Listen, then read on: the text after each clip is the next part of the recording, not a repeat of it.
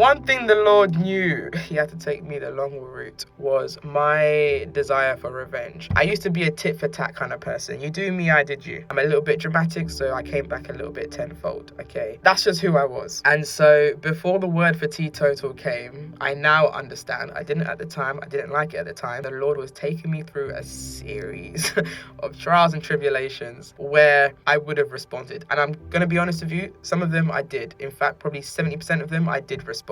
But that 30% that I didn't respond, it took everything in me to not do what I wanted to do. And now I understand why. Because when the word for teetotal came, I was able to look back and receive the revelation. Had I responded the way I wanted to respond in that moment, never mind teetotal, it would have been teetotally over. And so one thing I've come to learn about the Lord, right? Sometimes it can feel like he's taking his sweet time reacting to people who have done you wrong, because we forget he is sovereign. We forget he knows and sees all. But you see, his thoughts are not our thoughts. His ways are not our ways. And the way the Lord does it, and he loves to do it, and this is part of his sense of humor, right, is he loves to pull a chair out, invite your enemies to dinner, tuck them in, and have them eat on their words. Now, let me land.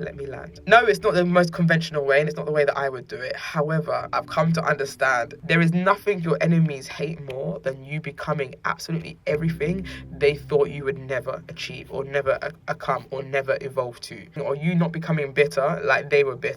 And I didn't realize that. And we see that in the Bible with David. When Prophet Samuel came round to anoint God's chosen, David's dad didn't even consider him an option. It was only until the prophet looked out the window and said, "Isn't that one of your sons as well?" Only for David to then become one of the best kings Israel ever had. One of my favorite ones. We see it in Moses, where King Pharaoh the Fool at the time, he ordered a rule for all the firstborn sons to be killed because he was so scared that somebody would rise up and succeed him, right? Only for his daughter to be by the river one time and see a baby in a basket, bring the baby home to raise him right under his own nose, for that to be the very one that led the Israelites out of Egypt. I don't know about you, but I could not imagine raising a child as your very own, deciding one day you wanted nothing to do with that child, and then them amounting to everything and some of what you thought they could achieve. It's quite a pill to swallow.